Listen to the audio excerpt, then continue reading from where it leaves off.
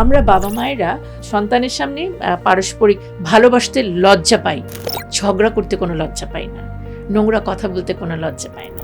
কিন্তু আমাদের এটি চিন্তা করতে হবে যে বাবা মায়ের একটি সুন্দর সম্পর্ক একটি বাচ্চাকে অনেক শক্তিশালী করে তুলতে পারে। মুসলিম প্যারেন্টিংয়ের 3টি মূল প্রিন্সিপাল আমাদেরকে মাথায় রাখতে হবে।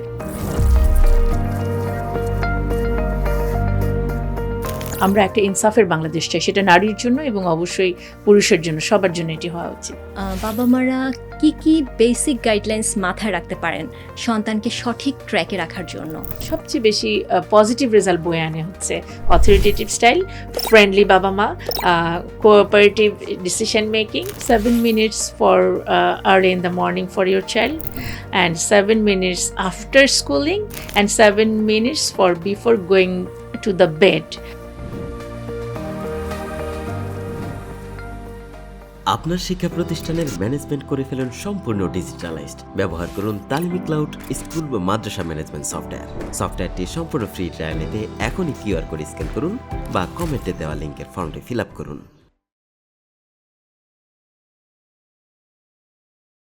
আসসালামু আলাইকুম।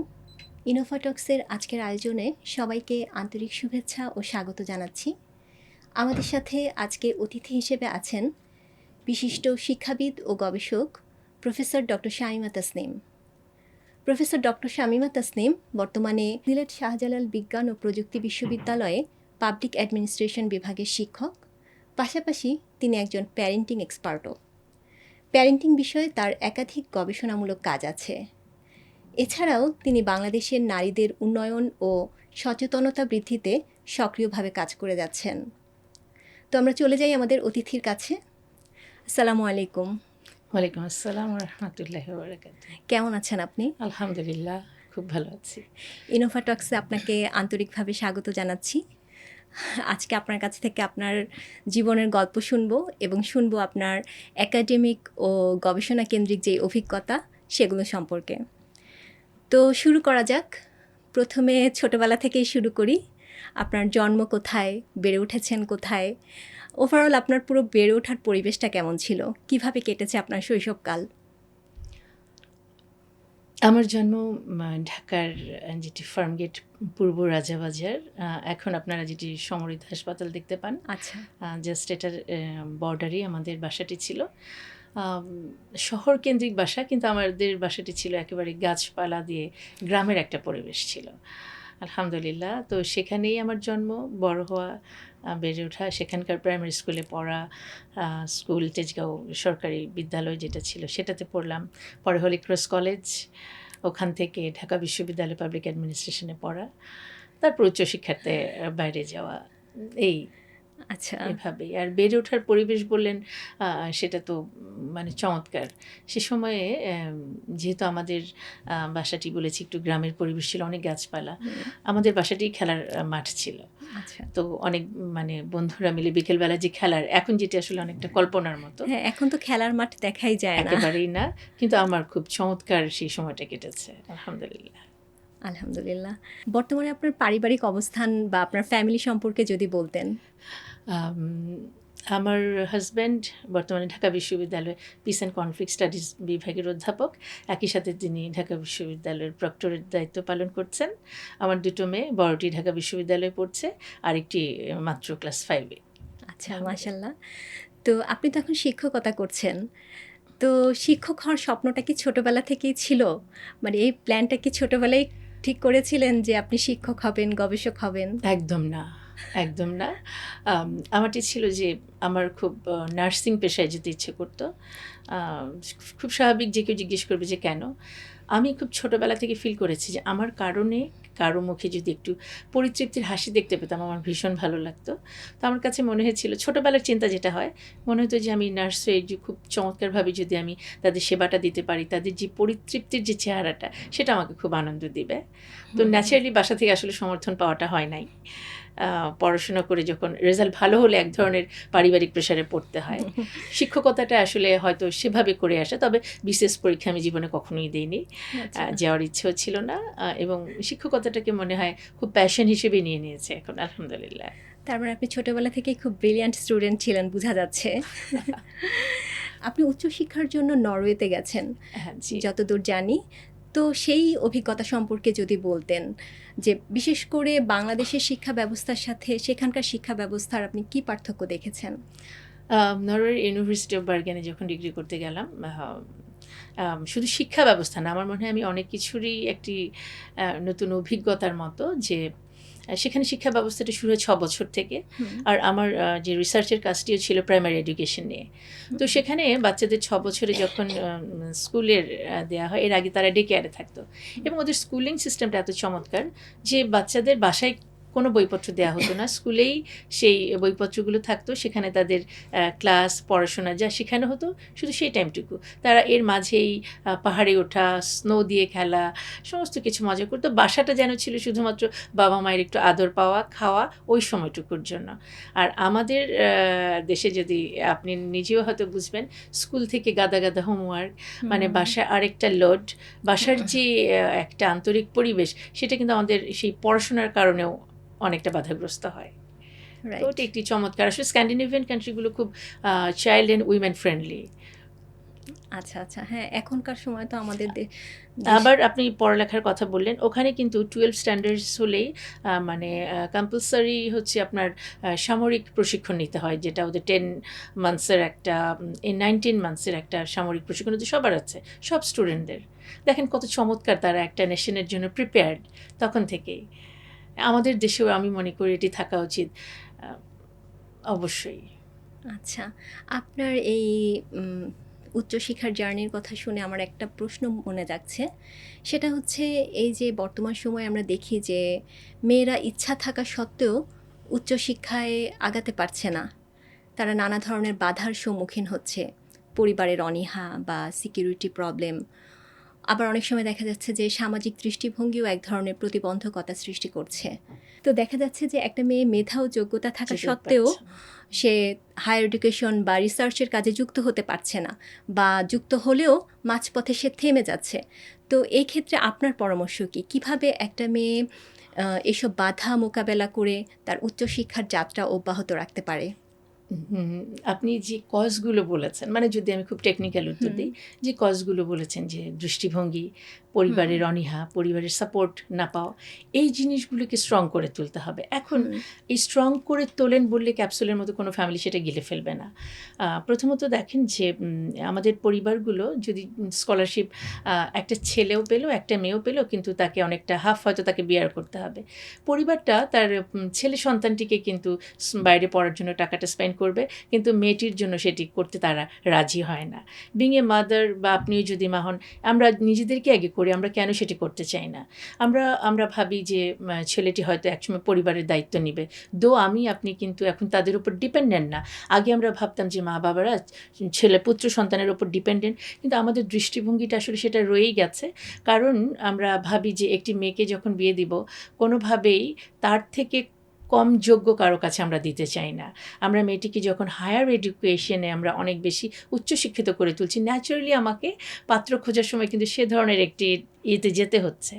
তাহলে প্রথমত আমাদের দৃষ্টিভঙ্গিগুলো পাল্টাতে হবে, যে আমার মেয়ে উচ্চশিক্ষিত হলেও যদি তার জন্য সেই শিক্ষা উপযোগী পাত্র না পাওয়া যায়, ভালো পাত্র বিয়ের জন্য, তাহলে কিন্তু আমরা এই জায়গাটা আমার মেয়েকে প্রকৃত শিক্ষিত করে তুলতেই পারি। একটি পরিবারে পুরুষই সর্বোচ্চ শিক্ষিত হবেন, এই জায়গাগুলো থেকে যদি আমরা বের হয়ে আসতে পারি না, তাহলে আমরা মেয়েদেরকে অনেক কিছুতেই ছাড় দিতে পারবো। এটি হচ্ছে আমার মনে হয়। তার মানে আমাদের দৃষ্টিভঙ্গির পরিবর্তন করতে হবে। এক্স্যাক্টলি। এবং আরেকটি হচ্ছে দেখেন, এটা খুব কষ্ট হয় বলতে, আমরা যখন বাবার ঘরে, তখন কিন্তু বাবারা আমাদের ওপর, না মেয়েদের, আমার নিজের বাসাতেই হয়েছে, বোন যখন যেতে চেয়েছে স্কলারশিপে, বাবার সরাসরি লাইনটা ছিল যে ঠিক আছে, আগে বিয়ে হোক, তুমি তোমার হাজব্যান্ডের সাথে যাবে। আচ্ছা, হলো।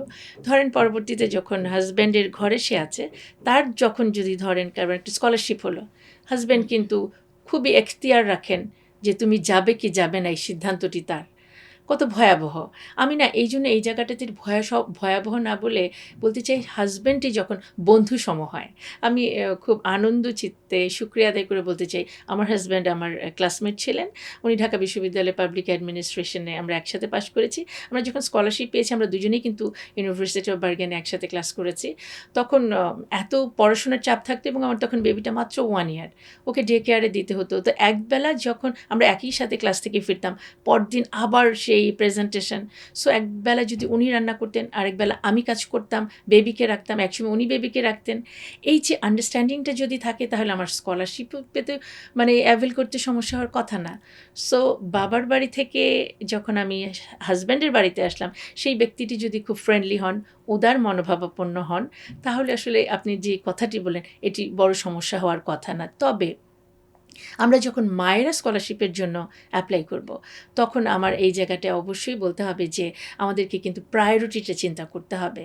আমি এটা বলবো না যে মায়েরা যাবেন না, অবশ্যই যাবেন। যে স্কলারশিপগুলোতে আপনি বাচ্চাটিকে সাথে রাখতে পারছেন অথবা সাপোর্ট পাচ্ছেন, সে জায়গাটিতে যাবেন। কোনোভাবেই কেউ যদি এটা বলার চেষ্টা করেন যে উনি জেন্ডার নিয়ে কাজ করেন অথচ বাচ্চাকে প্রায়োরিটি দিতে বলছেন, আমি ক্যাটাগরিক্যালি বলবো অবশ্যই আমি বাচ্চাটিকে প্রায়োরিটি দিতেই বলছি। কারণ আমি বহু উচ্চ ডিগ্রিধারী মাকে দেখেছি পরবর্তীতে বাচ্চাটির যখন প্রবলেম হয়েছে একাকিত্বে, সেই মনোবিদের কাছে দৌড়াতে দৌড়াতে তার জীবনের যেই ভয়াবহ অবস্থা, সেই জায়গা থেকে কিন্তু আমি বলবো উচ্চশিক্ষা অবশ্যই দরকার আছে, সেটি জীবনের সাথে যেন ব্যালেন্সড হতে হয়। আচ্ছা, তার মানে প্রায়োরিটি ঠিক করতে হবে। এক্স্যাক্টলি। আচ্ছা, আজকে আপনি যে জায়গায় আছেন ডেফিনেটলি খুব সম্মানিত জায়গায় আছেন। তো এটার প্রেরণা আপনি কোথায় পেয়েছেন? মানে আপনার ফ্যামিলিতে কি এমন কেউ ছিলেন যার মাধ্যমে আপনি উৎসাহিত হয়েছেন? আমি আসলে আপনি যেভাবে বলছেন এমন কোনো জায়গায়, এটা টোটালি এমন কোনো জায়গায় নেই। আমি খুবই সাধারণ একজন মানুষ। কিন্তু যখন আমাকে আমার পরিবার নিয়ে কথা বললে আমার দুটো মানুষের কথা বলতে ইচ্ছে করে। প্রথমত হচ্ছেন আমার মা, যিনি কোনোভাবেই পিএইচডি নিয়ে খুব হাইলি ডিগ্রিধারী ছিলেন না। কিন্তু উনার জীবনবোধ এবং উনার খুব একটা কথা ছিল যে, "তুমি আল্লাহর উপর ভরসা করো।" তখন যখন ছোট ছিলাম খুব খুব মন খারাপ হতো। কিছু হলেই বলতো যে, "তুমি আল্লাহকে বলো। হ্যাঁ, তুমি মালিককে বলো বা তুমি রবকে বলো।" তখন খুব কেমন যেন লাগতো যে কিছু হলেই মা এটা বলেন। ইভেন তিনি একটা ছোট গল্প বলেছিলেন, সেই গল্পটা আমি আমার জীবনে এখন ভীষণভাবে কাজে দিচ্ছে। গল্পটা বলি, সেটি হচ্ছে যে একটি মোষ আর হচ্ছে একটি বাঘের গল্প। তো বাঘ একটি মহিষকে তাড়া দিতে দিতে এমনভাবে সে দুজনেই কাদায় পড়ে গেলেন। কাদায় পড়ে দুজনে আটকে আছে। তো এখন এখান থেকে দুজনের কেউ উঠতে পারছে না, বনের রাজা সেই বাঘ। হ্যাঁ, তখন মহিষ বলছে, "আচ্ছা বাঘ, তোমার কি কোনো মালিক আছে?" তো বাঘ বলছে, "আমি হচ্ছি বনের রাজা, আমার আবার কিসের মালিক?" তখন মহিষটি বলছে যে, "জানো, আমার একজন মালিক আছে যিনি আমাকে লালন পালন করেন। দেখবা ঠিক সন্ধ্যা হলে উনি আমাকে খুঁজে খুঁজে সেখান থেকে উদ্ধার করে নিয়ে যাবেন।" ঘটলো তাই। সে সারাদিন পর বিকেলবেলা সেই মহিষের মালিক কোথাও তাকে খুঁজে না পেয়ে সে দেখলো সে কাদায় পড়ে আছে। তারপর সবাই মিলে মোষটিকে তো উঠালো, কিন্তু পিটিয়ে সেই মালিকহীন বাঘটিকে কিন্তু মেরে ফেললো। তো আমার মা বলতেন যে, "সবসময় সেই মালিকের সাথে তোমার যদি সম্পর্ক না থাকে, তুমি কিন্তু যে কোনো বিপদে উঠতে পারবে না, কাটিয়ে উঠতে পারবে না।" তখন আসলে এটার মর্মার্থ বুঝতে পারিনি। আজও মায়ের কথা মনে পড়ে। কোনো সমস্যা হলেই মনে হয় যে আমার তো মালিক আছেন একজন। এটি। আর অনুপ্রেরণা যদি বলেন, জীবনের এই জায়গাটায় আমার বড় ভাইয়ের নামটাই বলতে চাই। উনি বর্তমানে দুর্নীতি দমন কমিশনের চেয়ারম্যান ডক্টর এম এ মোমেন। ওনার যেটি ছিল যে উনি পড়াশোনা করতেন, উনি প্রচণ্ড ব্রিলিয়েন্ট স্টুডেন্ট ছিলেন, কিন্তু উনি কখনো রেজাল্ট ভালো করার জন্য পড়তেন না। ওনার জানার আগ্রহ ছিল প্রচণ্ড। ওনার একটা কথা খুব ভালো লাগতো। উনি বলতেন যে, "তোমার একটা জগৎ দরকার যেখানে তুমি নিজে ডুব দিতে পারো। পৃথিবীতে সংসার জীবনে অনেক ঝামেলা থাকবে।" তো ও সারাদিন পড়াশোনা করতো। ও নিজের জীবনে অনেক সৎ একজন আমলা। যদিও গত ১৭ বছর আওয়ামী ফ্যাসিস্ট গভর্নমেন্টের সময় তাকে ফোর্স লিভ এবং যত ধরনের যা কিছু করা যায়, কিন্তু তিনি তার সততা দিয়ে এখন পর্যন্ত চমৎকারভাবে এই দেশে টিকে আছেন। তো আমি না তার মতো তার এই দুনিয়াবি বইপত্রে ডুব দেইনি, কিন্তু আমি কোরআনের যেই কথাগুলো, আমার মালিকের কথাগুলোতে ডুব দিয়ে মনে হয় যে আমি আমার জীবনের মানে অধিকাংশ কেন সব সমস্যাই আমি ভুলে যেতে পারি এবং চমৎকারভাবে একটা জগতের মধ্যে ডুবে যেতে পারি। সো যদি বলেন এই দুজন মানুষের কথা আমার বলতে হয়। তাদের অনুপ্রেরণা ছিল বলেই আপনি আজকে আমি ভালো আছি। আমি স্ট্যাটাস নিয়ে কোনোভাবেই না। একটা মানুষের জীবনে ভালো থাকাটা অনেক বড় একটা ফ্যাক্টর। ডেফিনেটলি। আলহামদুলিল্লাহ। আচ্ছা, আপনি সম্মিলিত নারী প্রয়াস নামে একটি নারী অর্গানাইজেশনের সভানেত্রী। তার মানে আপনি নারীদের নিয়ে কাজ করছেন, নারীদের অধিকার নিয়ে কাজ করছেন। এটা আপনি কেন জরুরি মনে করছেন? উম, আমার কেন মনে করছি, দেখেন এই যে আমরা একটু আগেই কিন্তু পড়ালেখার যে স্কলারশিপের কথাগুলো বলছিলাম, যে আসলে নারীর মূল্যটা কোথায় বা কীভাবে। দেখেন আমরা যখন মানে আপনি বঙ্কিমের লেখায় পাবেন, ওই বলা আছে যে সতীদাহ প্রথার সময় যে মৃত হাজব্যান্ডের সাথে জীবন্ত সেই স্ত্রীটিকে যখন দাহ করার জন্য উঠানো হয়, চতুর্দিকে অনেক মিউজিক তবলা বাজানো হতো যেন কেউ তার চিৎকারটি শুনতে না পায়। সেই সময়টা পাল্টেছে। এখন হয়তো জীবন্ত কবর দেওয়া হয় না, দাহ করা হয় না। এখন কি করে? এখন হচ্ছে নিজের হাজব্যান্ড পেট্রোল ঢেলে তার স্ত্রীকে আগুনে পুড়িয়ে দেন এবং তার মা বোনেরাও হয়তো তাকে সাহায্য করেন। এখন এই ধরনের পরিস্থিতিতে বা এখন যদি বলি ডিজিটাল সময়, এখন দেখা যাচ্ছে ডিজিটালি আমাকে ব্ল্যাকমেল করা হচ্ছে। প্রতিনিয়ত নারীরা নির্যাতিত সে সময় থেকে এখন পর্যন্ত, ধরনটা শুধু পাল্টাচ্ছে।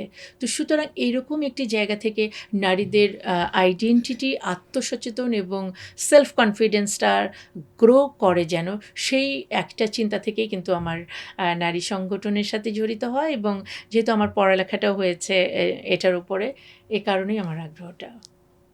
আচ্ছা, তো বাংলাদেশের নারীর রাজনৈতিক ও সামাজিক ক্ষমতায়নকে আপনি কিভাবে মূল্যায়ন করবেন আজকের এই দিনে? আহ, আমি বাংলাদেশের রাজনৈতিক প্রেক্ষাপট বা সামাজিক, এটা বলার আগে আপনাকে ভেনেজুয়েলার একটা ঘটনা বলি, তাহলে আপনার মনে খুব চমৎকারভাবে রিলেট করতে পারবেন। আমি বাংলাদেশের সাথেও করব। ওখানকার পার্লামেন্টের ভাইস প্রেসিডেন্ট, তো সকালবেলা ওনার হাজব্যান্ড, ভাইস প্রেসিডেন্ট মহিলা, তার হাজব্যান্ড সকালবেলা ওয়ালেট খুঁজে পাচ্ছেন না। তো এই কারণেই তিনি তার স্ত্রীকে এমনভাবে পেটালেন যে একেবারে ব্লিডেড। সেই মহিলা ভাইস প্রেসিডেন্ট ওই ব্লিডেড অবস্থায় পার্লামেন্টে গেলেন। যাওয়ার পর স্বাভাবিক তার কলিগসরা বলছে যে কী ব্যাপার, তোমার এই অবস্থা কেন? উনি জানালেন যে আমার হাজব্যান্ড ওয়ালেট পাচ্ছিল না, এই জন্য আমাকে এইভাবে পিটিয়েছে। তো সবাই মিলে তার হাজব্যান্ডের কাছে গেল এবং যে এক ধরনের ক্রোধান্বিত বলছে, why did you bet our vice president? তখন হাজব্যান্ডটি উত্তর দিল, I bet my wife, not your vice president. আপনি চিন্তা করে দেখেন যে আপনি হতে পারেন প্রাইম মিনিস্টার, হতে পারেন আরও কিছু, কিন্তু মানে দৃষ্টিভঙ্গিটা আমার স্ত্রী, আমার সম্পদ, আমি যেমন ইচ্ছে সেটাকে আমি ধ্বংস করতে পারি। সুতরাং পলিটিক্যালি এম্পাওয়ার্ড হওয়ার পরে যদি এই অবস্থাটা হয়, আপনি আমাদের দেশে তো আমরা কি দেখতে পাচ্ছি? আমাদের পলিটিক্যাল কথাটা বললেন, আমরা প্রথম শুনলাম যে পার্লামেন্টে তাদেরকে অলংকার হিসেবে রাখা হয়েছে। আচ্ছা, সেই সময়টাও না হয় পার হলাম। পরবর্তীতে একজন, নাম নাই বলি, উনি বললেন যে পার্লামেন্টে এখন মহিলাদের সংখ্যা এত হয়ে গেছে খুব গায়ে ধাক্কা লাগে। মানে খুব, মানে কি বলবো, এই ধরনের এখনো নারীরা অবমূল্যায়িত হচ্ছে। বাট কেউ কেউ বা আমাদের রিপোর্টগুলো এরকমভাবে দেখানোর চেষ্টা করে যে বাংলাদেশ খুব মানে উইমেন এম্পাওয়ারমেন্ট হয়েছে অনেক। অ্যাটলিস্ট এটা তো আপনাকে স্বীকার করতেই হবে যে বিশ্বের খুব কম দেশই আছে যেখানে নারী প্রধানমন্ত্রী এতদিন ধরে দিনের পর দিন দেশ শাসন করেছেন। এখন সে ভালোভাবেই করুক, ফ্যাসিস্টভাবেই করুক, বাট এটা তো এম্পাওয়ারমেন্টের আসলে কোনো ডেফিনেশন না। হ্যাঁ, সো কোয়ান্টিটেটিভ ডেভেলপমেন্ট অবশ্যই হয়েছে। আমাদের নারীরা অনেক দূর পর্যন্ত অনেক অনেক বড় বড় পদে তারা আছেন, আমরা ভাইস চ্যান্সেলর পদেও তাদেরকে দেখছি, কিন্তু কোয়ালিটেটিভ যেই মানে ক্ষমতায়নটা দরকার ছিল সেটি কিন্তু আমরা আসলে খুব কম দেখতে পাচ্ছি। খুব পারপাসফুলি কিছু নারী সংগঠন কাজ করে, তারা কিছু রিপোর্ট বাইরে দেন, তাদের গ্লোবাল কিছু এজেন্ডা থাকে, যে কারণে নারীদের ইনভলভমেন্টকে কিছু দেখানো হয়। বাস্তবিক অর্থে আমাদের নারী নেত্রী যারা, তারাও কিন্তু বাসায় অনেকেই নির্যাতিত।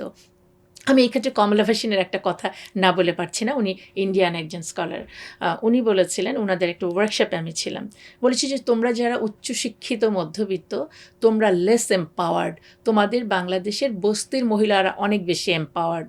দেন আমরা খুবই অবাক যে কিভাবে করে বস্তির মহিলারা এম্পাওয়ার্ড হলো। তো উনি বললেন যে দেখো বস্তির মহিলাদেরকে যখন তাদের হাজব্যান্ড পেটায় তখন ওরা এভাবে চিৎকার করে বাবা গো মা গো বাঁচাও, তখন আশেপাশে সবাই এসে তাকে বাঁচায়। আর তোমরা যারা উচ্চশিক্ষিত, তোমাদের ফ্ল্যাটের ভেতরে তোমাদের হাজব্যান্ড যখন পেটায় তোমরা কান্নাটাও জোরে করো না, কারণ পাশের ফ্ল্যাট থেকে যেন শুনতে না পায়। সো তুমি বলো কারা এম্পাওয়ার্ড। দেন না আসলে এটা আমরা ফিল করলাম যে আমাদের এই কথাগুলো আমি কেন এটা নিয়ে কাজ করি নারীদেরকে নিয়ে, যে আমাদেরকে অন্যায়কে অন্যায় হিসেবে বলতে পারতে হবে। আমরা গতকালকেও পর্দা নিয়ে হিজাব নিয়ে একজন পুরুষ এটি পতিতাবৃত্তির সাথে তুলনা করেছেন, আমরা এটি নিয়ে প্রতিবাদ করেছি। যখন ধর্ষণ হয় সেটি নিয়ে আমরা প্রতিবাদ করি। নারী সংগঠনের কথা বলেছি শুধুমাত্র নারী ইস্যু নিয়ে না, আমরা হাদিকে যেভাবে করে হত্যা করা হয়েছে, আমরা সম্মিলিত নারী প্রয়াস দিনের পর দিন আমরা মানববন্ধন করেছি, আমরা প্রতিবাদ যেখানে হচ্ছে ঢাকা শাহবাগে সেখানেও আমরা অ্যাটেন্ড করছি। আমরা একটা ইনসাফের বাংলাদেশ চাই, সেটা নারীর জন্য এবং অবশ্যই পুরুষের জন্য, সবার জন্য এটি হওয়া উচিত। আচ্ছা, তার মানে এই জায়গায় আরও কাজ করার আছে, আরও অনেক কাজ করার আছে। কাজ করা শুধু আছে না, কাজ হলো কতটুকু। যতক্ষণ পর্যন্ত আপনি আপনার কন্যাটিকে বিয়ে দিয়ে এটুকু নিশ্চিন্ত হতে পারবেন যে আপনার কন্যাটি নির্যাতিত হবে না, সে খুব হ্যাপিলি হাজব্যান্ডকে ফ্রেন্ড হিসেবে নিতে পারবে। এবং আমরা দেখেন, আমরা তো তার সিকিউরিটির জন্য পুলিশ প্রেরণ করব না যে জামাইয়ের সাথে আমরা পুলিশকেও তো ট্রাস্ট, আমরা তো দেখেছি পুলিশের আওতাধীন থেকেও তো অনেকে হত্যা হচ্ছে, গুম হচ্ছে, মেয়েরা ধর্ষিত হচ্ছে। সুতরাং কাজগুলো হতে হবে আসলে একটা বলে না যে এটা বেগম রোকেয়ার কথা ছিল যে গাড়ির দুটো চাকার মতো। আমরা নারীরা একাই কোনো একটা বিপ্লব করে আমাদের অধিকার আদায় করে নিয়ে আসতে পারবো, এটা যেমন সত্যি না, আবার পুরুষরা এককভাবে এসে আপনাকে খুব গ্ল্যাডলি আপনার হাতে ক্ষমতাটি তুলে দিবে, এটাও সত্য না। সুতরাং খুব ব্যালেন্সড ওয়েতে আপনাকে প্রমাণ করতে হবে যে আপনার যোগ্যতা আছে, আপনি সব কিছুতেই দায়িত্ব নিতে পারেন, তখন কিন্তু এটা কিন্তু শেয়ারিং হচ্ছে। আমার কিন্তু সামটাইমস এটিও মনে হয় যে পরিবারের আর্থিক খরচ এবং সমস্ত কিছু দায়িত্ব পুরুষটির, হ্যাঁ, কিন্তু আমরা কিন্তু আবার এখানে সম অধিকারের কথা বলছি। তো এই জায়গাটিও ভেবে দেখা দরকার যে আমরা যেন যদি খরচটিও আমরা সমভাবে বেয়ার করতে পারি, আমরা বাচ্চাটিকেও বাবা মা দুজনে মিলেই পালা উচিত, এককভাবেই যেন কারো উপরে না আসে। এভাবে করেই ধীরে ধীরে এম্পাওয়ার্ড হতে হবে সবাইকে। আচ্ছা, তবে একটা কথা না বলে পারছেন, ইকোনমিক এম্পাওয়ারমেন্ট কিন্তু মূল সোর্স। আপনি পলিটিক্যালি যেখানেই যান, আপনি যত বড় সিইও হন না কেন, আপনার পেমেন্ট, আপনার স্যালারি, সেটি কিন্তু আপনাকে কনফিডেন্ট করে তুলবে। তবে এটি খরচ করার ক্ষমতাটিও আপনার থাকতে হবে। আমরা অনেককেই দেখি বেতনটি তার হাজব্যান্ডকে তুলে দিতে হয়, অথবা কোথায় কি খরচ করেছে বাবার বাড়িতে দিল কিনা হাজব্যান্ড বলে দেয়। এই জায়গাগুলো কিন্তু আসলে আমাদের চিন্তা করতে হবে। আচ্ছা, এটা শুধু যে জব পারপাসে হবে ব্যাপারটা কি এরকম? মানে একটা মেয়ের তো বিভিন্ন দিক থেকে তার ইনকাম আসতে পারে, তার উত্তরাধিকার, তারপর মোহরানা, এগুলো তার একটা ইনকাম সোর্স হতে পারে। অবশ্যই অবশ্যই এগুলো নিয়ে এখনও যদি আমাদের কথা বলতে হয় তাহলে কিভাবে বলি যে আমরা আসলে উন্নয়নের কোন পর্যায়ে আছি। রাইট। আচ্ছা, আপনি একাধারে পাবলিক অ্যাডমিনিস্ট্রেশন পড়াচ্ছেন, আবার একটা নারী সংগঠন খুব সফলতার সাথে পরিচালনা করছেন, একই সাথে আপনি কোরআন কেন্দ্রিক অনেক কাজের সাথে যুক্ত আছেন। আপনি বাংলাদেশ কোরআন শিক্ষা সোসাইটির সম্পাদক মণ্ডলীতে আছেন। এরপর ইলমান নাফিয়া নামে একটা ইন্টারন্যাশনাল অনলাইন প্ল্যাটফর্মে আপনি রেগুলার ইসলামিক মোটিভেশনাল স্পিকার। তো এই যে কোরআনের সাথে পথ চলা, এটা শুরুটা কিভাবে হয়? মানে কোন অনুভূতি আপনাকে এই দিকে টেনেছে? স্পেসিফিক অনুভূতি আমার তো মনে হয় যে সেই শুরু থেকে মায়ের যে কথাটি যে মালিকের সাথে সম্পর্ক রাখার, সেটি তো আছে। কিন্তু আমার মানে খতম দেওয়ার পরও তো পড়েছি, সেই যেহেতু একটা প্র্যাকটিসিং মুসলিম পরিবারের মেয়ে আমি, সেখানে মানে নামাজ পড়তেই হতো, রমাদানে কোরআন খতম করতেই হতো। কিন্তু যদি অনুভূতিতে বলেন, সেটিও মনে হয় আমার মা কেন্দ্রিকই হবে। আমার মা যেদিন মারা গেলেন, তাকে যারা গোসল করাতে আসলো, তো এসে সবাই আমাদেরকে বলছেন যে আমার মা ক্যান্সারের পেশেন্ট ছিলেন, তো বললেন যে আপনার আলহামদুলিল্লাহ বলেন, তারপর গোসল করাবো। তো আমার মা মারা গেছেন, আমি আলহামদুলিল্লাহ বলব। জিনিসটা না আমার আসলে ঠিক ওভাবে করে নিতে পারছিলাম না। তো উনি তখন বোঝালেন যে, "আপনার মা ক্যান্সারে মারা গেলেন, অথচ একদিনও বেড রিডেন ছিলেন না। উনি এত চমৎকারভাবে, আপনার কি শুকরিয়া আদায় করা উচিত না? আর উনি তো যাচ্ছেন তার মালিকের কাছে। উনি আপনার মাপের সুযোগ কিছুদিন পেয়েছিলেন।" ওই জায়গাটা থেকে এই যে আমরা আসলে রবের কাছেই ফিরে যাব, এবং রব আমাকে এখানে পাঠিয়েছেন, এবং কোরআনটা হচ্ছে তার কিছু কথা। সো মনে হলো যাচ্ছি কথাগুলো শুধু আরবিতেই পড়ে গেলাম, কতটুকু বুঝলাম ওই দিনের অনুভূতি থেকে। এবং এই জায়গাটায় আমি অবশ্যই বাংলাদেশ কোরআন শিক্ষা সোসাইটি এবং আমার অত্যন্ত শ্রদ্ধেয় মাওলানা আব্দুল শহীদ নাসিম স্যারের কথা স্মরণ করব, যে যার সাহচর্যে এসে কোরআনটিকে বাংলায় পড়ার সাহস এবং মানে এর ভেতরে ঢোকার বা ধারণ করার সাহসটি পেয়েছি। তখন থেকেই মনে হয় পথ চলাটাকে আমি হিসাব করে বলতে চাই। এর আগে আমার আরেকজন শিক্ষক ছিলেন, উনি শাহনেওয়াজ খান। আমি শিক্ষকতা আসার আগে পল্লী বিদ্যুতায়ন বোর্ডে কিছুদিন কাজ করেছি। সেই স্যারও আমাকে আলহামদুলিল্লাহ এই কোরআনের সাহায্যে আসার ব্যাপারে অনেক সাহায্য করেছেন। তো এই যে কোরআনের সাথে পথ চলা, আমি আমার আরেকজন শ্রদ্ধেয় স্যার আব্দুল হেল বাকি স্যারের কথাও বলতে চাই, যিনি আমাকে সাহস দিয়েছেন যে মাদ্রাসা ব্যাকগ্রাউন্ড না হয়েও, আমি আরবিক ল্যাঙ্গুয়েজ এক্সপার্ট না হয়েও রবের কথাগুলোকে নিয়ে যে ইন ডেপথ চিন্তা করতে পারা, সেটি কিন্তু আমি স্যারের কাছ থেকে শিখেছি আলহামদুলিল্লাহ। আচ্ছা, আচ্ছা, তো আমাদের সমাজে বর্তমান সময়ে কোরআন বুঝা এবং জানার চর্চাটা কোন পর্যায়ে আছে বলে আপনি মনে করেন? বিশেষ করে আপনি যেহেতু কোরআন শিক্ষা সোসাইটির সাথে আছেন, আপনারা এই ব্যাপারে কি উদ্যোগ নিয়েছেন? মানুষের মাঝে কোরআনের প্রচার এবং প্রসারের ক্ষেত্রে কোরআন শিক্ষা সোসাইটি কী ধরনের ভূমিকা রাখছে? আচ্ছা, আলহামদুলিল্লাহ। প্রথমত আমি সৈয়দ আল হাসান আল নাদভি রহিমাহুল্লাহর একটি কথা দিয়ে শুরু করতে চাই, এটি যে কোরআন মানে পড়ল না, সে কোরআন পরিত্যাগ করলো। যে কোরআন পড়লো কিন্তু বুঝলো না, সেও কোরআন পরিত্যাগ করলো। যে কোরআন পড়লো বুঝলো কিন্তু মানলো না, সেও কোরআন পরিত্যাগ করলো। আর যে কোরআন পড়লো বুঝলো মানলো কিন্তু অন্যকে জানালো না, সেও কোরআন পরিত্যাগ করলো। এবং এই কোরআন পরিত্যাগের মধ্যেই আসলে আমরা সবাই বসবাস করছি বা করছিলাম। আলহামদুলিল্লাহ এই ক্ষেত্রে বাংলাদেশ কোরআন শিক্ষা সোসাইটি মানে read the Quran, know the Quran, realise the Quran, teach the Quran and spread the কোরআনের যেই মূলনীতিতে কাজ করছেন, তারা বাংলায় কোরআন পড়াটা স্প্রেড করেছেন সেই অনেক আগে থেকে, সম্ভবত 1994 সাল থেকেই এই প্রতিষ্ঠানটি কাজ করছে। এবং এখন তো বাংলাদেশের অনেক জেলাতেই আমাদের এই বাংলা কোরআনের পড়া এবং বোঝা, আর এই কাজটি এখান থেকে হচ্ছে। শুধু তাই না, এই ল্যাঙ্গুয়েজটিও কিন্তু এখান থেকে শেখানো হচ্ছে। স্যার এই কাজটি করছেন। এবং সবচেয়ে মজার বিষয়, আমার ধারণা বিশ্বে আর কোনো দেশে না, এই দেশেই এবং বাংলাদেশ কোরআন শিক্ষা সোসাইটি সবচেয়ে প্রথম কোরআন পড়া ডে, হ্যাঁ, যে এবং কোরআন পড়া দিবস এবং হাদিস পড়া দিবস একটু নির্দিষ্ট ডেট ফিক্স করে সেটি কিন্তু পালন করে আসছে। আমরা প্রতিদিনই পড়ি, তারপরেও একটা দিন ঠিক করে এটাকে সম্মান দেখানো, এটি কিন্তু আমার কাছে চমৎকার লেগেছে। আচ্ছা, এই উদ্যোগগুলো খুব সুন্দর। এভাবে কোরআনকে মানুষের কাছে সহজে পৌঁছানো যাবে। আচ্ছা, এই যে কোরআনকে সঠিকভাবে না জানা, এটার প্রভাব তো ভবিষ্যৎ প্রজন্মের উপরও পড়ে। বিশেষ করে কোনো বাবা মা যদি কোরআনের সাথে যুক্ত না থাকেন, তখন তারা তাদের সন্তানদের দ্বীনি গঠনেও সঠিকভাবে ভূমিকা রাখতে পারবেন না। এটাই স্বাভাবিক। তো প্যারেন্টিংয়ের দৃষ্টিকোণ থেকে আপনি এই বিষয়টা কিভাবে দেখছেন? যেহেতু আপনি একজন প্যারেন্টিং এক্সপার্ট, তাই যদি বলতেন। বিষয়টা হচ্ছে যে প্যারেন্টিং এবং মুসলিম প্যারেন্টিং পার্থক্যটা কোন জায়গায়। এখন যদি আমাদের বাবা মা বা অন্য কাউকেও বলি যে প্যারেন্টিং কথাটা তো জানেন কি না, তো বলবি যে তোমাদের এতগুলো ছেলে মেয়ে মানুষ করলাম, প্যারেন্টিং না জেনে নিশ্চয়ই করি নাই। যদিও তারা কতটুকু জেনেছে, অ্যাটলিস্ট আমি তো দায় স্বীকার করি, আমি প্যারেন্টিংয়ের অনেক কিছুই জানতাম না। আমার মেয়ে আলহামদুলিল্লাহ এখন বিশ্ববিদ্যালয়ে পড়ে, বাট আমি না জেনে শুনেই অনেক ভুলের মধ্যে থেকেই কিন্তু সময়টা পার করেছি, যেটা উচিত হয়নি।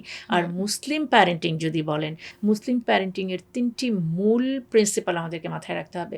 প্রথম কথা হচ্ছে যে সন্তানটি আপনার আমানত, আল্লাহ সুবহানাহু ওয়া তাআলা আমানত হিসেবে দিয়েছেন।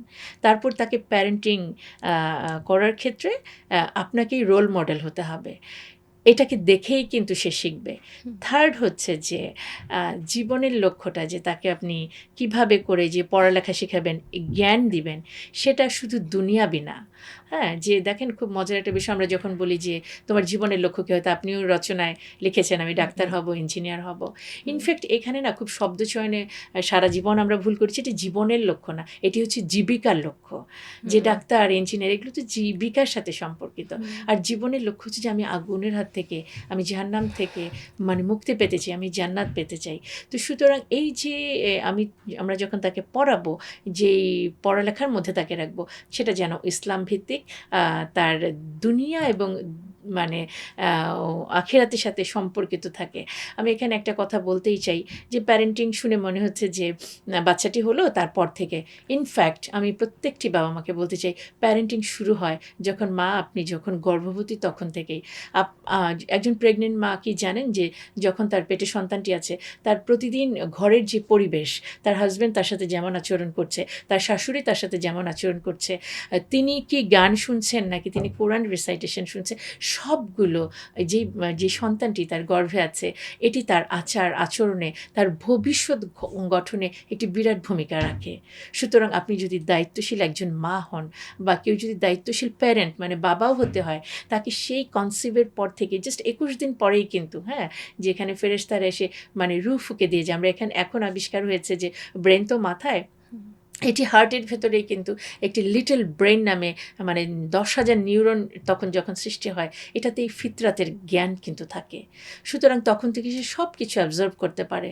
সেই মাটি যদি নির্যাতিত হয় সে প্রেগনেন্ট পিরিয়ডে, বিশ্বাস করেন সেই বাচ্চাটি যখন 16-17 হবে, মানে আমরা বলি sweet 16, but always sweet is not sweet at the age of 16, because যারা মানে ছোটোকালে বা প্রেগনেন্ট পিরিয়ডে তারা মাকে নির্যাতিত হতে দেখেছে বা তারা কোনোভাবে ডিপ্রাইভড হয়েছে, সেই প্রভাবটা তাদের টিনেজ সেশনে গিয়ে পড়ে। স্পেশালি 16তে বলা হয় এই ক্ষেত্রটা। সো টিনেজদের আচরণগুলোর জন্য কিন্তু এই প্যারেন্টিংয়ের যেই ভূমিকাটা, সেটা সে সময় থেকে হলো। সুতরাং যাদের প্রেগনেন্ট পিরিয়ডে খুব ভালো অভিজ্ঞতা কেটেছে, ভালো সময় কেটেছে, কোরআনের সাথে কেটেছে, সততার সাথে কেটেছে, তাদের সন্তানরা অবশ্যই খুব সুন্দরভাবে বেড়ে উঠবে, এটি আশা করাই যায়। তার মানে অভিভাবকদের এই ক্ষেত্রে ভাবার অনেক সুযোগ আছে এবং ভাবতে হবে এই জায়গাটা নিয়ে। প্যারেন্টিং সহ আরও কিছু বিষয়ে আপনার বিভিন্ন গবেষণামূলক কাজ আছে।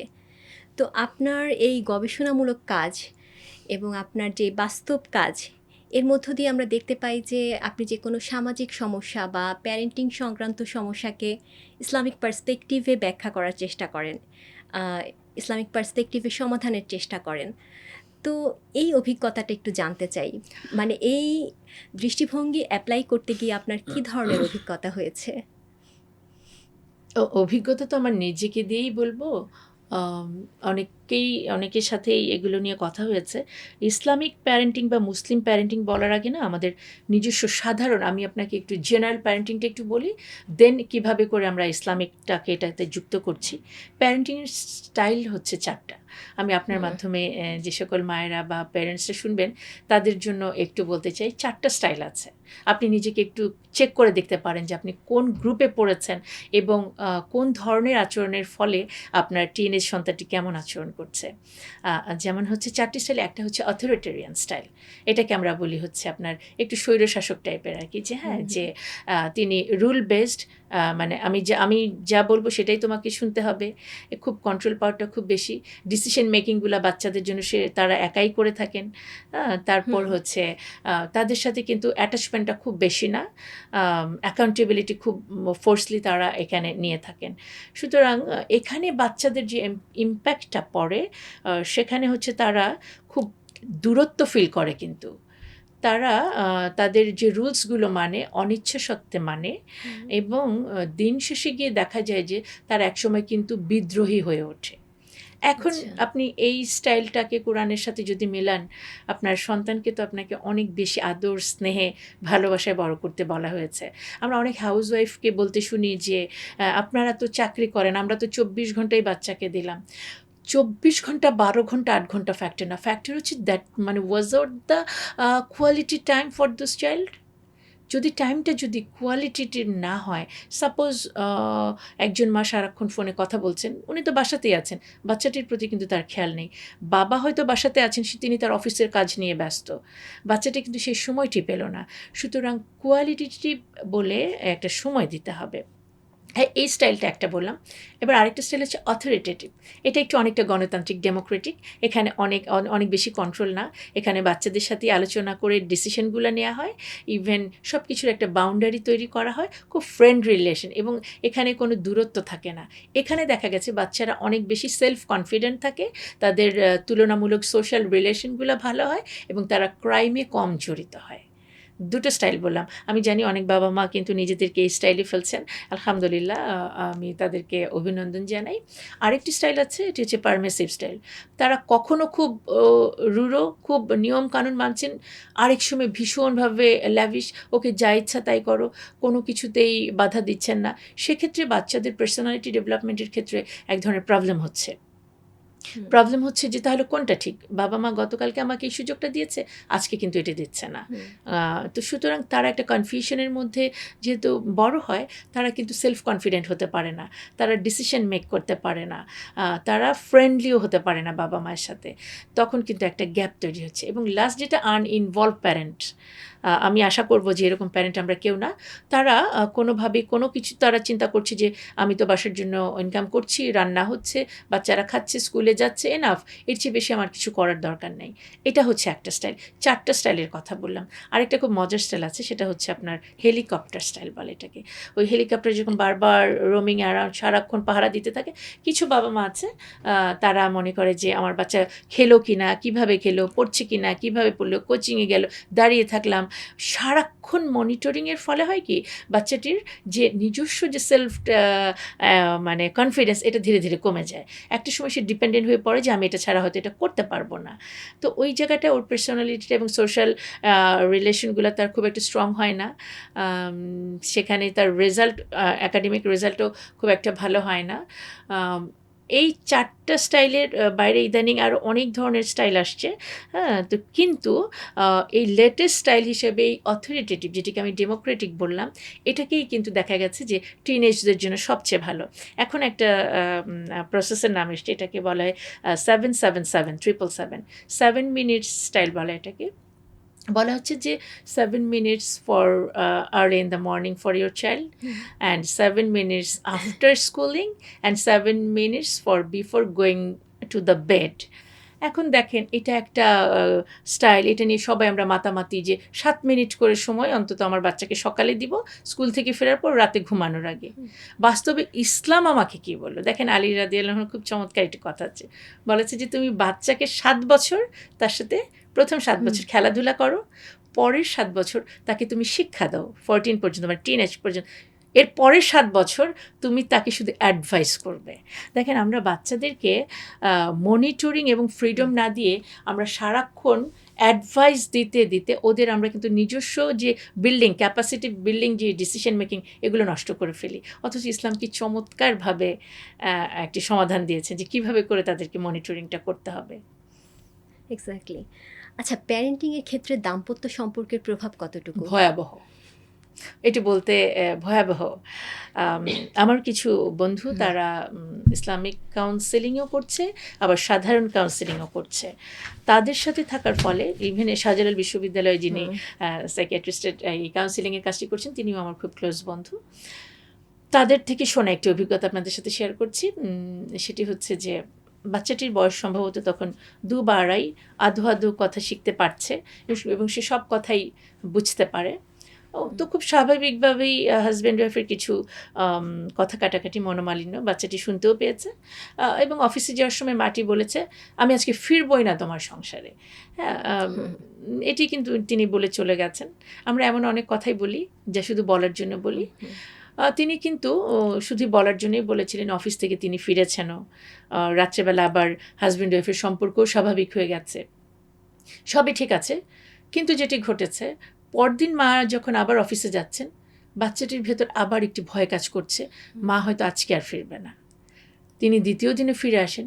প্রতিদিনই সে ফিরে আসে, কিন্তু প্রতিদিন বাচ্চাটি ভয়ে থাকে এবং তার মা না ফেরা পর্যন্ত তার মধ্যে একটি ইনসিকিউরিটি কাজ করে যে মা তো বলেছিল ফিরবেন, আজকে যদি না ফিরে। এবং একটা পর্যায়ে দেখা গেল বাচ্চাটির যখন 4 বছর হয়ে যাচ্ছে তখনও কিন্তু সে কথা বলছে না। তার এই কথা বলছে না ট্রিটমেন্ট করতেই যেয়ে তখন কিন্তু ডাক্তাররা এটি বের করলেন যে তার এই ট্রমা থেকে সে কিন্তু কথা বলাটা তার বন্ধ হয়ে গেছে। আমরা বাবা মায়েরা সন্তানের সামনে পারস্পরিক ভালোবাসতে লজ্জা পাই, ঝগড়া করতে কোনো লজ্জা পাই না, নোংরা কথা বলতে কোনো লজ্জা পাই না। কিন্তু আমাদের এটি চিন্তা করতে হবে যে বাবা মায়ের একটি সুন্দর সম্পর্ক একটি বাচ্চাকে অনেক শক্তিশালী করে তুলতে পারে। এবং দেখেন আমরা কেন বলি যে ব্রোকেন ফ্যামিলির বাচ্চাদের সাইকোলজি যদি দেখেন, তারা কিন্তু যে কোনো চ্যালেঞ্জ নিতে পারে না, হ্যাঁ, তারা বরং ক্রাইমে জড়িয়ে পড়ে। তো এই জায়গাগুলোতে হাজব্যান্ড ওয়াইফের যে সম্পর্কটা, এটা অনেক বেশি অনেস্ট, অনেক বেশি সুন্দর যদি হয়ে ওঠে। এটি একটি প্যারেন্টিংয়ের পূর্ব শর্ত আমি বলবো, এটি একটি পূর্ব শর্ত আমি বলবো। অনেক বাবা মাকে আমি শ্রদ্ধা করি যারা আমাকেও বলেছেন যে কখনো অন্যরকম কিছু বলতে হলে আমরা ওদের সামনে বলি না, বাইরে যেয়ে বলি। আমি তো নিজেই অনেক সময় এই ভুল, এই অন্যায় করেই ফেলেই, তাই না? তো এই জায়গাটিকে আমাদের খুব সাবধানে থাকতে হবে যে আমরা যেন সন্তানের সামনে এমন কিছু না, খুব সাধারণ কথা থেকে কিন্তু অনেক ভয়াবহ ইফেক্ট চলে আসতে পারে। তাহলে এটা বাবা মার খেয়াল রাখা খুবই জরুরি। এক্স্যাক্টলি। আপনি লেখালেখির সাথেও জড়িত আছেন। আমরা জানি যে আপনার টিনেজ সন্তানের প্যারেন্টিং নিয়ে একটি বই আছে, overcoming the challenges of teenage, parental rule or role. তো এই বইটি অনেক আলোড়ন সৃষ্টি করেছে। তো এই বইটি লেখার প্রেরণা আপনি কোথায় পেলেন, আর টিনেজ পিরিয়ডকেই আপনি কেন বেছে নিলেন? আমি মনে হয় যে বেশ আবেগেই আপ্লুত হয়ে যেতে পারি কিনা, যে আমি যখন এটি নিয়ে কাজ করেছি, এটা করোনার জাস্ট ওই সময়ের দিক থেকে। আমি শাহজালাল বিশ্ববিদ্যালয়ে শিক্ষকতা করছি। আমার মেয়ে কিন্তু তখন ঢাকায় থাকতো। আমাকে তখন আমি জাস্ট শুধু শুক্র শনি ঢাকায় থাকতাম, এবং তখন আমার মেয়েটি টিনেজ। ন্যাচারালিও আমাকে অনেকভাবে মিস করতো। ওর অনেক কিছু দেখে এবং আমার নিজের জীবনের অভিজ্ঞতা থেকে মনে হলো যে আমার এটা নিয়ে একটি কাজ করা উচিত, এবং মূলত ওই অনুভূতি থেকেই কাজটি করা। এবং অভিজ্ঞতা যদি বলেন যে আপনি বললেন যে চ্যালেঞ্জের কথাটা বললেন, টিনেজ চ্যালেঞ্জেস, আমি কিন্তু টিনেজের চ্যালেঞ্জ টিনেজ থেকে শুরু হয় না। আমি প্রত্যেকটা বাবা মাকে বলবো যারা টিনেজ নিয়ে ভাবছেন, আপনি প্রেগনেন্ট পিরিয়ড থেকে শুরু করেন। ও কোন ধরনের অভিজ্ঞতা থেকে বড় হয়েছে, কোন ধরনের ট্রমা তার ছোটোকালে ছিল কিনা, বা কতটা নির্ভীকভাবে, কতটা সিকিউরড অ্যাটাচমেন্টে সে বড় হয়েছে, এটার উপর ডিপেন্ড করছে টিনেজের তার রেসপন্সটা কেমন হচ্ছে। এটা হচ্ছে নাম্বার 1। আর দ্বিতীয়ত তার চ্যালেঞ্জ অনেকগুলো থাকে। একটা হচ্ছে যে তার বায়োলজিক্যাল তার কিছু চেঞ্জ হয়, তার হরমোনাল কিছু চেঞ্জ হচ্ছে, ন্যাচারালি মেয়েদের পিরিয়ড হচ্ছে। তো এই এতগুলো চেঞ্জকে তার পক্ষে মেনে নিয়ে আচরণের কিন্তু অনেক ধরনের প্রভাব পড়ে। তার বিহেভিয়ার প্যাটার্ন চেঞ্জ হয়, হ্যাঁ, তার সোশ্যাল রিলেশনগুলো চেঞ্জ হয়। তো এতগুলো চেঞ্জের মধ্যে না সে একটা আইডেন্টিটি ক্রাইসিসে পড়ে যায়। এবং এই টাইমে তার পিয়ার মিক্সিংটা অনেক বেশি স্ট্রং হয়, এবং তাদের যে আচরণগুলো হয়, যে মানে এই চ্যালেঞ্জগুলো তারা ফিল করে, অনেক বাবা মা অ্যাগ্রি করবেন, তারা তখন হচ্ছে যে আপনার কিছুই ভাল লাগে না। বিকজ তারা একবার ভাবছে যে আমি কি অনেক ছোট, আমি কি অনেক বড়, আমি কি ম্যাচিওর্ড। সামটাইমস তারা ভাবে হ্যাঁ আমি এখন অনেক ম্যাচিওর্ড, আমি এখন যে কোনো চ্যালেঞ্জের কাজ করতে পারি। আবার সামটাইমস তারা যখন বাসা থেকে একটু ইগনোর হয়, তখন তারা যেহেতু আমি কাজ করেছি, আমি 300 স্টুডেন্টের উপর কাজ করেছি, এবং এই কোয়েশ্চেনিয়ার যখন নিয়ে আমি কাজ করি, আমার মেয়ে আমার সাথে রিসার্চ অ্যাসিস্ট্যান্ট হিসেবে কাজ করেছে আলহামদুলিল্লাহ। তো সেখানে কিন্তু আমরা দেখতে পেয়েছি যে ওদের চ্যালেঞ্জগুলো মানে বাবা মায়ের কোঅপারেশন না পাওয়া অনেক বড় একটা ফ্যাক্টর ছিল, যে ওদের চ্যালেঞ্জগুলোর মধ্যে একটা অনেক বড় একটা অংশ এটা কাজ করেছে। এবং এই আচরণগত, পারিবারিক এবং সিচুয়েশনাল, এবং অফকোর্স এই ডিজিটাল এই সময়ে এসে এই টিনেজ চ্যালেঞ্জগুলোর ধরন পাল্টাচ্ছে। বায়োলজিক্যাল এবং হরমোনাল চেঞ্জ এবং আরেকটা হচ্ছে আপনার ব্রেন ডেভেলপমেন্ট হয় 90% এই সময়টার মধ্যে। এবং আমাদের এই ফ্রন্টাল লোব যেটাকে বলি, যেখানে আপনার আবেগের যে অংশটা যেটা কাজ করে, এই টাইমে এখান থেকে কিন্তু ওদের যেই মানে সেরোটোনিন এবং আনন্দর যেই হরমোনটা নিঃসরিত হয় এই টাইমে হওয়ার কথা, কিন্তু তারা যখন অনেক স্ট্রেসড থাকে এটা নিয়ে কিন্তু তারা অনেক প্রবলেমে পড়ে যায়। তো এই তখন ফ্যামিলির সাথে তাদের একটা দূরত্ব তৈরি হয়। আমাদের স্টুডেন্টরা যাদের ইন্টারভিউ করেছি মোস্ট অফের কথা ছিল বাবা মা আমাদেরকে সন্দেহ করে। হ্যাঁ, আমি যখন আবার বাবা মার সাথে কথা বলেছি তারা বলছে তারা লুকিয়ে লুকিয়ে মোবাইলে এটা করে সেটা করে। হ্যাঁ, আমরা তো আমাদেরকে দেখলেই মোবাইলের স্ক্রিন চেঞ্জ করে ফেলে। সো আমি যখন তাদের সাথেও কথা বলেছি আমি বলেছি হ্যাঁ, আমরা মায়েরা বাবারা মনিটর করতে পারি বাট ইন্সপেকশন করতে পারি না। হ্যাঁ, এই ইন্সপেকশন করা থেকে কি হচ্ছে, একটা দূরত্ব তৈরি হচ্ছে এবং তারা বলছে যে বাবা মা আমাদেরকে ট্রাস্ট করে না। এবং ফ্র্যাঙ্কলি স্পিকিং আমি যখন বাবা মায়েদের সাথে কথা বলেছি তারা বলেছে যে হ্যাঁ, আমার বাচ্চা এমন কোনো নেগেটিভ কিছুর সাথে জড়িত আছে, কারণ ও বন্ধুদের সাথেই বেশি মিশে। হ্যাঁ, সে আমাদের থেকে দূরত্বে থাকে, সে বাসায় সময় থাকতে চায় না। এটাও কিন্তু একটা কাউন্সেলিংয়ের টাইম। আমাদের টিনেজের সময় যে কী কী চেঞ্জ হচ্ছে, তাদের কী কী পরিবর্তন হতে পারে, বাবা মায়েরও এই প্রিপারেশনটা যেমন থাকা উচিত। আর আমাদের টিনেজারদেরকে সাথে আর অনেক বেশি ওপেন কথা বলা উচিত যে এটা হতেই পারে, তুমি যেটা ভাবছো এটা হতে পারে। এবং তাদের সাথে আচরণগত, সম্ভবত হয়তো আপনি রিলেটিভলি আমাকে এই জাতীয় কিছু প্রশ্ন করবেন যে তাদের সাথে আমাদের কেমন আচরণ করা উচিত, হয়তো বা করবেন। তাহলে সেই জায়গাটা আমাদের যে ভুলগুলো হয় টিনেজার, তারা কিন্তু নিজেদেরকে অনেক ম্যাচিওর রেসপেক্টফুল একটা জায়গায় ভাবছে। আচ্ছা, তার মানে এটা একটা চ্যালেঞ্জিং পিরিয়ড। তো বইয়ের শিরোনামে আমরা দেখতে পাচ্ছি যে আপনি বইয়ের শিরোনাম দিয়েছেন প্যারেন্টাল রুল অর রোল। এই দ্বন্দ্বটা কিভাবে ব্যাখ্যা আচ্ছা, করবেন? আমার মনে হয়েছে আমরা কিছুক্ষণ আগে ইসলামিক প্যারেন্টিং বলতে গিয়ে অলরেডি এটা আমি বলেছি। Rule means some rules and regulation, and role means হচ্ছে আমি কিভাবে তাদেরকে টেক কেয়ার করছি, কিভাবে তাদের বড় করছি, আমার রোলটা কী হবে। সো আমরা যে স্টাইলগুলো দেখেছি, আমরা একটা স্টাইল দেখেছি রুল বেসড এবং আরেকটা স্টাইল দেখেছি রোল বেসড। তো সুতরাং আসলে দুটোর কম্বিনেশনই দরকার। সেক্ষেত্রে আমরা যখন স্টুডেন্টদের সাথেও কথা বলেছি তারা কিন্তু, আমরা প্যারেন্টিং স্টাইলগুলো তাদেরকে যখন বুঝিয়ে বলেছি, তারা কিন্তু এই অথরিটেটিভ, যেখানে খুব ফ্রেন্ডলি রিলেশন, যেখানে তারা ডিসিশন মেক, যে আমার ব্যাপারে ডিসিশন হচ্ছে বাবা মা আমাকে জিজ্ঞেস করছে না, তারা তো এখন বড়। আমরা কিন্তু টিনেজারদেরকে নিয়ে কথা বলছি, তাদেরকে সম্মানের সাথে যে তোমার বিষয়ে আমরা এই সিদ্ধান্তটা নিয়েছি, তোমার কি মতামত। আসলে অনেক পরিবারে কিন্তু এগুলো জিজ্ঞেস করা হয়, তখন তাদেরকে এতটুকু রেসপেক্ট দিলে তাহলে এটা কিন্তু তখন আমার রোল প্লেয়িং হচ্ছে, রুল ইম্পোজ হচ্ছে না।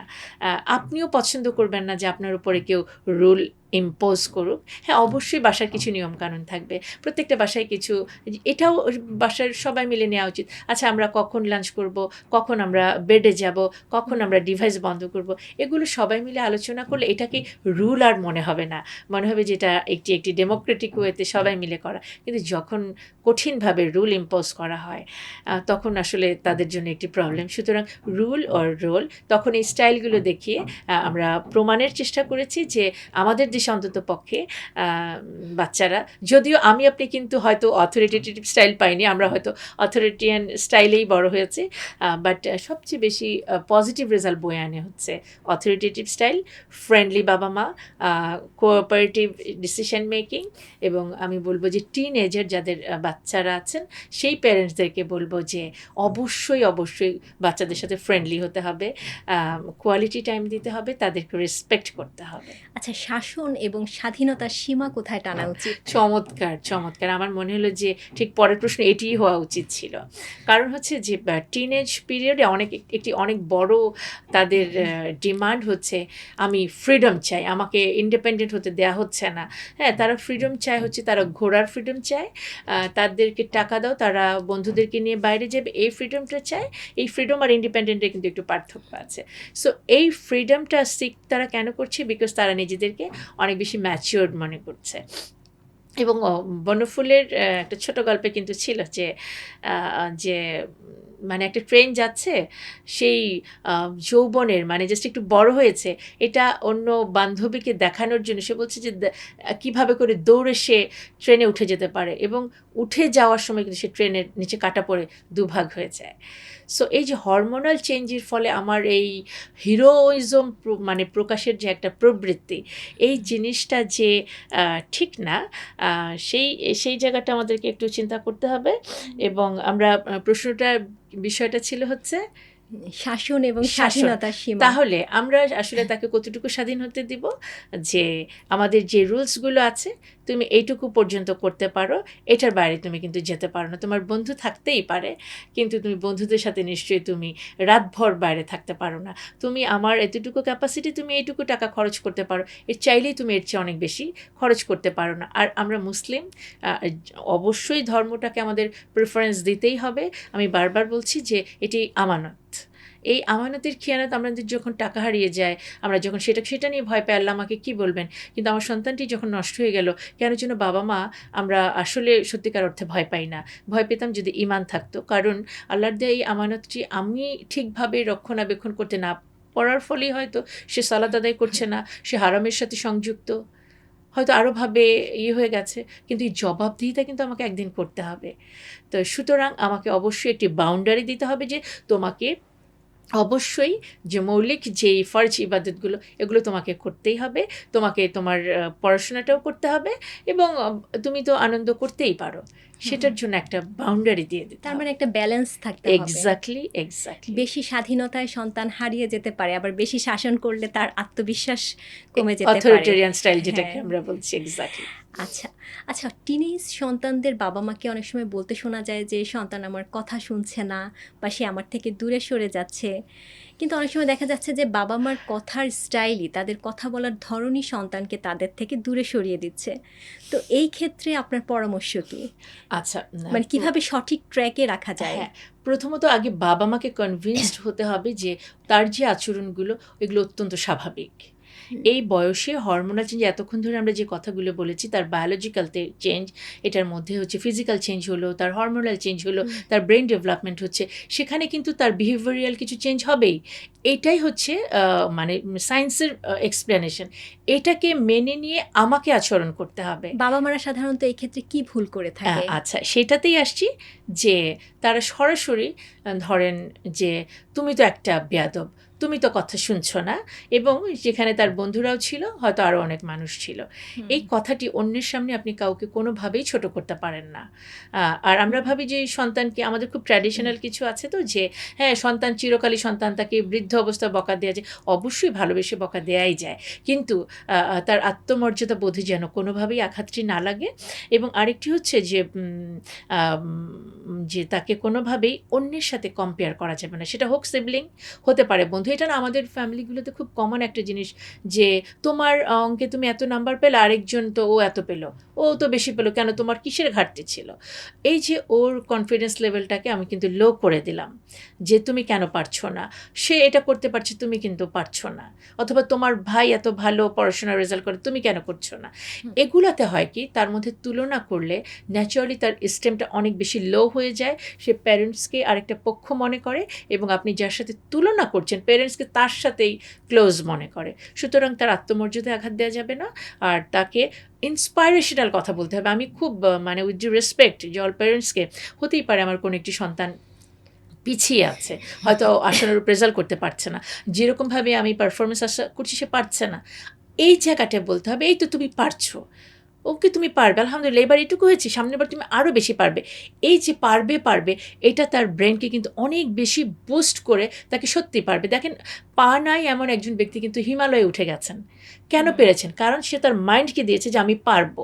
আর বাবা মা হয়ে যদি আমরা বলি তুই পারবি না, তুই তো নষ্ট হয়ে গেছিস, আমি অনেককেই যে সুইসাইডাল অনেকগুলো কেস থাকে, যেগুলো কিন্তু পারিবারিকভাবে এক ধরনের তারা হীনমন্য হয়ে পড়ে, তাকে অনেকভাবে ছোট করে দেখা হয়, সোসাইটি তাদেরকে হয়তো কর্নার করলো কোনো কারণে, পরিবারেও যখন তার কোনো আস্থার জায়গা থাকে না, তখন কিন্তু সে সুইসাইডের দিকে চলে যায়। সুতরাং আমি প্যারেন্টসদেরকে অতটুকুভাবে সাবধান করতে চাই, প্রথমত খেয়াল রাখতে হবে আপনার সন্তানটি সমাজ, সংসার, স্কুল এবং বন্ধুত্বের জায়গায় সবগুলোতে সে ঠিকভাবে আছে কিনা, কোনোভাবে তার কোনো মেন্টাল কোনো ট্রমা সৃষ্টি হয়েছে কিনা, সে কোনো ডিপ্রেশন আছে কিনা, সেই জায়গাগুলো খেয়াল করা, সেখানে তাকে সাপোর্ট দিতে হবে।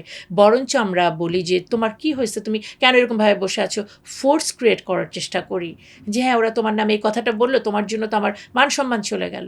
ওকে কিন্তু আমরা আরও স্ট্রেস করে দিলাম। কিন্তু বাবা মা হিসেবে আমাদের উচিত তার কোথায় স্ট্রেসটা আছে, হতে পারে যে কোনোভাবে স্ট্রেস হতে পারে, বন্ধুর থেকে প্রতারিত হতে পারে, অনেক কিছু হতে পারে, রেজাল্ট খারাপ হয়েছে সেই জায়গায় আমরা উল্টো তাকে আরও যখন শাস্তি দিচ্ছি, আমি নেক্সট ভালো করার জন্য এগিয়ে নিতে কিন্তু পারবো না।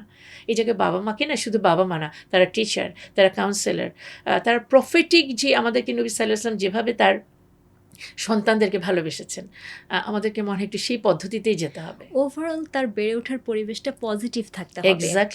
এক্স্যাক্টলি। আচ্ছা, এখনকার বাচ্চারা যে বাস্তবতায় বড় হচ্ছে, আমরা দেখছি যে এটা একেবারেই আগের সময়ের চেয়ে ডিফারেন্ট। প্রযুক্তি, এরপরে স্ক্রিন টাইম, সোশ্যাল মিডিয়া, এগুলো তাদের বেড়ে ওঠার অংশ হয়ে গেছে। তো আপনি যেটা বলছিলেন যে প্যারেন্টিংয়ের প্যাটার্ন বদলেছে, প্যারেন্টিংয়ের চ্যালেঞ্জগুলো বদলেছে আজকের সময়ে। তো এই ক্ষেত্রে বাবা মারা কি বেসিক গাইডলাইন্স মাথায় রাখতে পারেন সন্তানকে সঠিক ট্র্যাকে রাখার জন্য? আমি ঘুরে ওই এক জায়গাতেই যাব, সেটি হচ্ছে যে প্যারেন্টসকে আগে সেই জায়গায় পৌঁছাতে হবে যিনি তার সন্তানকে এরকম দেখতে চান। আমি অত্যন্ত মনোকষ্ট নিয়ে বলবো, আমি বহু ফ্যামিলিকেই এখন দেখি যে তারা নিজেরাই ডিভাইস আসক্ত। বাবা হয়তো অফিস থেকে ফিরলেন, তিনি তখন নিজের প্রশান্তির জন্য মনে করেন যে ফেসবুকটাই, অথবা ইনস্টাগ্রাম, অথবা ইউটিউব, অথবা আরও যা কিছু সোশ্যাল মিডিয়ায় যা ইউজ করা যায় উনি বসে করছেন। এবং একইভাবে মা রান্নাবান্না শেষে মা নিজেও সেটি করছেন, অথবা কোনো সিরিয়াল দেখছেন। এখন যখন টিনেজ হোক আর যে কোনো সন্তানই হোক, তখন কিন্তু তারা এই সুবিধাটুকু নেওয়ার জন্য তার হাতেও একটি ডিভাইস দিয়ে দিচ্ছেন। আর বাচ্চাটি যদি না পায়, সে কিন্তু বন্ধুটা শেয়ার করছে। তাহলে আপনি ডিজিটাল যুগের চ্যালেঞ্জগুলো বলেন, এটা সমাধানের প্রথম কথা হচ্ছে যে আমাকে আগে মডেল হতে হবে। আমার জন্য একটি নির্দিষ্ট টাইম থাকা উচিত, আমি কখন এটি করব, কখন এটি করব না। তখন আমি আমার সন্তানকে বলতে পারি। দেখেন এখনকার ভয়াবহ একটি ট্রমা হচ্ছে, তারা রাত জেগে এই সোশ্যাল নেটওয়ার্কে কিন্তু তারা সময় কাটাচ্ছে। এবং আমরা জানতেও পারছি না যে তারা কোন ওয়েবসাইটে ঢুকছে, কি করছে। এবং এটার ফলে কি হচ্ছে, দেখেন এটাকে সাইকেল, ভিসিয়াস সার্কেল, যে তারা ঘুমাচ্ছে না, তারা সকালবেলা যখন স্কুলে যাচ্ছে তাদের স্কুলে কিন্তু পড়াশোনায় মনোযোগ থাকছে না, ধীরে ধীরে তাদের রেজাল্ট খারাপ হচ্ছে, পরিবার থেকে তারা আবার বকুনি খাচ্ছে, আবার ডিপ্রেশনে পড়ছে, আরও বেশি মিডিয়াতে ইনভলভ হয়ে যাচ্ছে। এক পর্যায়ে দেখা যাচ্ছে তারা হয়তো এমন কোনো মানে নেতিবাচক কোনো একটা মানে সংস্পর্শে চলে গিয়েছিল, সেখান থেকে সে প্রতারিত হলো, তখন সে ডিপ্রেশন আরও বেশি বেড়ে গেল, হয়তো সে সুইসাইডাল হয়ে যেতে চাইলো। আমরা জানি যে অনলাইনে এখন মানে ব্ল্যাকমেইলিংটা খুব বেশি হচ্ছে। তো এখন বাবা মাকে আমি প্রশ্ন করতে চাই, আপনি ইন টাইম যদি ঘুমাতে বেডে না দিতে পারেন, যদি আপনি ডিভাইস নিয়ন্ত্রণ করতে না পারেন, তাহলে আসলে এই ডিজিটাল যুগের চ্যালেঞ্জগুলোকে কিভাবে আমরা সমাধান করব ঠিক জানি না। তবে এখানে এটার ক্ষেত্রে অবশ্যই বলতে হবে, তাদেরকে আমাদের বলতেই হবে যে কোনটা হালাল কোনটা হারাম, এবং মোস্ট ইম্পর্টেন্টলি সময়ের গুরুত্বটাকে বোঝাতে হবে। আর দেখেন আমরা যদি ওদেরকে বোঝাতে পারতাম যে বাবা আমাদের লাইফটা হচ্ছে কিছু সময়ের কালেকশন, যে তোমার একটা সেকেন্ড চলে গেলে তুমি নাই। আর আল্লাহকে যদি আমরা চেনাতে পারি, তুমি যে হারাম জিনিসটা দেখছো, যেটি করছো, এটি তো আল্লাহ সুবহানাহু ওয়া তাআলা দেখছেন। বিশ্বাস করেন বাচ্চারা না অনেক পবিত্র, আমরা বলি না যে ওরা অনেক পবিত্র। খেয়াল করেন বাচ্চারা যখন রোজা রেখে, ওরা কিন্তু চাইলে না বলে পানি খেতে পারে, ও কিন্তু খায় না। তার মানে শুরুতে আমার বাচ্চাটা অনেক পবিত্র ছিল, আমি তাকে তৈরি করতে পারি নাই সেভাবে করে। হ্যাঁ, বাচ্চারা কিন্তু ছোটোকালে কারো কাছে যেতে চায় না, খেয়াল করবেন। অন্যরা ডাকলে আমরাই বলি যাও মামার কাছে, যাও চাচার কাছে যেয়ে বসো। আমরা কিন্তু বিভিন্ন বাইরের লোকজনের কাছে আমাদের বাচ্চাগুলোকে, মেয়ে বাচ্চাগুলোকেও যেতে দিচ্ছি, বসতে দিচ্ছি। ধীরে ধীরে তারা কিন্তু বিভিন্ন বিপদের সম্মুখীন হচ্ছেন। আমরা পেরেন্টসরা যদি শুরু থেকেই যে মনিটরিং নট ইন্সপেকশন, এটা খেয়াল করতে হবে। আমরা যদি পজিটিভলি মনিটরিং, ইসলামিক ভ্যালুজ নিয়ে যদি আমরা সেই নার্চারটা করতাম, সময়টাকে বোঝাতাম যে আল্লাহ তো তোমাকে দেখলেন, তুমি কি অন্যায়টা করেছো, তখন ও নিজে থেকেই সেটাকে বন্ধ করবে। ফোর্সলি আসলে এটা খুব কম কাজ করে। আর এরও আগে আমার নিজেকে ঠিক করতে হবে যাকে দেখে সে এটি শিখবে। আচ্ছা আচ্ছা, আমরা মোটামুটি শেষের দিকে চলে এসেছি। তো সর্বশেষ যেই প্রশ্নটা যেটা জানতে চাচ্ছি সেটা হচ্ছে, আপনি একজন প্যারেন্টিং এক্সপার্ট, পাশাপাশি আপনি একজন মা। তো তার মানে আপনার বাস্তব জীবনেও প্যারেন্টিংয়ের অভিজ্ঞতা আছে। এই ২ অভিজ্ঞতার আলোকে বর্তমান সময়ের বাবা-মায়েদের জন্য আপনার কী পরামর্শ? পরামর্শ ঠিক বলবো না, আমি আসলে অনুরোধই বলবো। হুম, প্রথম কথা বলবো যে বিশ্বাস করেন অনেকেরই কিন্তু বেবি নাই। সেসব বাবা-মাকে আমি অনেক হাহাকার করতে দেখেছি একটি সন্তানের জন্য। সুতরাং যারা আমরা আল্লাহ সুবহানাহু ওয়া তাআলা আমাদেরকে মা হবার আ সুযোগ করে সৌভাগ্য। দিয়েছেন, সৌভাগ্য দিয়েছেন, হুম, সেটির জন্য যে আমানতটি পেয়েছি সেটির জন্য দায়িত্ববান হতে হবে। হুম, অবশ্যই, কারণ আমাদেরকে কিন্তু এর জন্য জবাবদিহি করতে হবে। আমরা আ আ সেজন্য আমরা মুসলিম প্যারেন্টিংয়ের যে প্রিন্সিপালগুলো বলেছি, আমি নিজে রোল মডেল হব। আমার তাকে কোরআনের জ্ঞানের সাথে, সাথে দুনিয়াবি জ্ঞান দিব, কিন্তু মূল যে শিক্ষা তাকে সেটার সাথে রাখতে হবে এবং আ সে একই সাথে হচ্ছে যে তাকে জীবনের মানেটা বোঝাতে হবে। দেখেন, তাকে আমরা দোয়া করানো শেখাই। আমাদের প্রত্যেকটা বাবা-মা দেখা যায় কীভাবে করে সন্তানকে শিখাবে যে, "আমি মারা গেলে তুমি পড়বা, রব্বিরহামহুমা কামা রব্বায়ানি সগীরা।" যে হে আল্লাহ, আমার বাবা-মা যেভাবে আমাকে মানুষ করেছে, তুমিও তাদেরকে সেভাবে সেভাবে। রাখো। প্রিয় প্যারেন্টস, একটাবার ভেবে দেখেন, যদি আপনি সেভাবে করে অবহেলার মধ্যে, যদি কোনো সততার মধ্যে না থেকে সন্তানকে লালন-পালন করে থাকেন, তার দোয়াটি কিন্তু আপনার জন্য বুমেরাং হয়ে গেল। আল্লাহ সুবহানাহু ওয়া তাআলা কিন্তু সেভাবেই আপনাকে পরকালে রাখবে। সুতরাং আমরা যারা ভুলের মধ্যে ছিলাম, ভুলের মধ্যে আছি, ভাবছি বাচ্চারা এমনিই বড় হয়ে যাবে। আমি আমার ক্যারিয়ার, আমি আমার শিক্ষা, অবশ্যই ক্যারিয়ারও থাকবে, সব কিছুই থাকবে। কিন্তু যখন আমি মা হয়েছি, আর যারা এখনো মা হননি, আমি হাত জোর করে বলবো, মা হওয়ার আগে অবশ্যই আ এটি জেনে, প্যারেন্টিং জেনে, দায়িত্বটি জেনে তারপর যেন আমরা সেই সিদ্ধান্তটি নিই। এবং এটি প্যারেন্টিং শুধুমাত্র মায়েদের দায়িত্ব না। আজকে হয়তো কথাগুলো আমাদের মা নিয়ে হয়ে গেছে। অবশ্যই বাবা-মা মিলিত যে প্যারেন্টিং, একটি পরিবার, একটি সুন্দর দাম্পত্য জীবনই পারে একটি সুস্থ, সুন্দর, শুধু টিনেজারদের না, যেকোনো সন্তানের একটি চমৎকার, সুস্থ, সুন্দর জীবনের জন্য একটি চমৎকার দাম্পত্য জীবনও দরকার। আমাদের সবার জীবনে যেন আল্লাহ সুবহানাহু ওয়া তাআলা এটি দান করেন। জি, আমাদের সবারই এই দোয়া থাকলো যেন আমাদের বর্তমান সময়ের বাবা-মা সঠিকভাবে তাদের সন্তানকে লালন-পালন করতে পারেন, সঠিকভাবে তাদেরকে বেড়ে তুলতে পারেন। আচ্ছা, তো আজকে এ পর্যন্তই। আপনার সাথে কথা বলে খুব ভাল লাগলো। আর আপনাকে অনেক ধন্যবাদ আমাদেরকে সময় দেওয়ার জন্য। আপনার কাছ থেকে আমরা অনেক কিছু শিখেছি, অনেক কিছু জেনেছি। উম আপনাকেও অনেক ধন্যবাদ। আম আর ইনোভা যারা টক্স। আমাকে এখানে এনেছেন কথা বলার জন্য, তাদেরকেও অনেক ধন্যবাদ। প্রিয় দর্শক, এতক্ষণ কথা বলছিলাম প্রফেসর ডক্টর শামীমা তাসনিমের সাথে। তার কাছ থেকে আমরা অনেক কিছু জেনেছি এবং অনুপ্রাণিত হয়েছি। আশা করছি আপনারাও অনুপ্রাণিত হবেন। ইনোভাটক্সের নেক্সট এপিসোড দেখার আমন্ত্রণ জানিয়ে আজকের মতো এখানেই শেষ করছি। আল্লাহ হাফেজ।